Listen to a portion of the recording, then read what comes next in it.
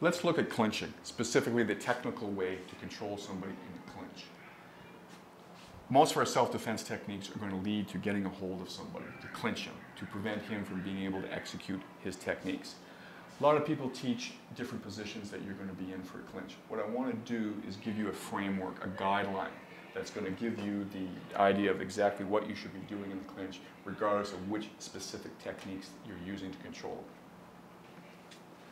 This is a control theory I heard one instructor refer to as the 5 swords. I like that. It's a nice analogy because we want to think of our opponent as having 5 primary weapons. His 2 arms, his 2 legs, and his head.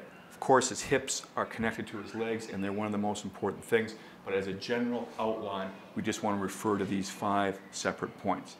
Now, what's really valuable about this operating theory is it's going to work against strikes or his counter takedowns.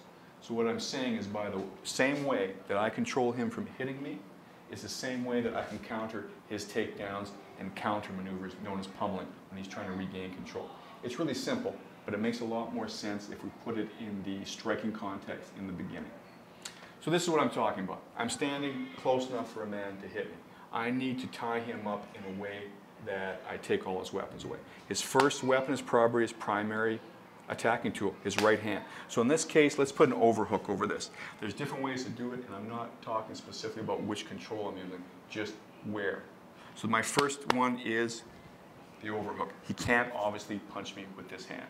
That leaves 4 others. The most important one that was neglected in old style jiu-jitsu was the head. If I'm out this far, obviously he can headbutt me, or if he hasn't had lunch, he can try to bite me too. So I need to take his head away as a weapon. A lot of people don't realize the head is not only a weapon for striking, but it's used a lot in wrestling and grappling. So I need to have my head on the inside of his head. So push in with your head. You see how I'm blocking his head? Try to headbutt me. It doesn't work very well. If he winds up his head and does this, he's headbutting himself. Try to bite me.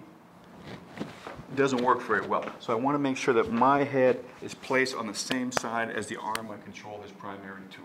Okay? Secondly, there's space between, third,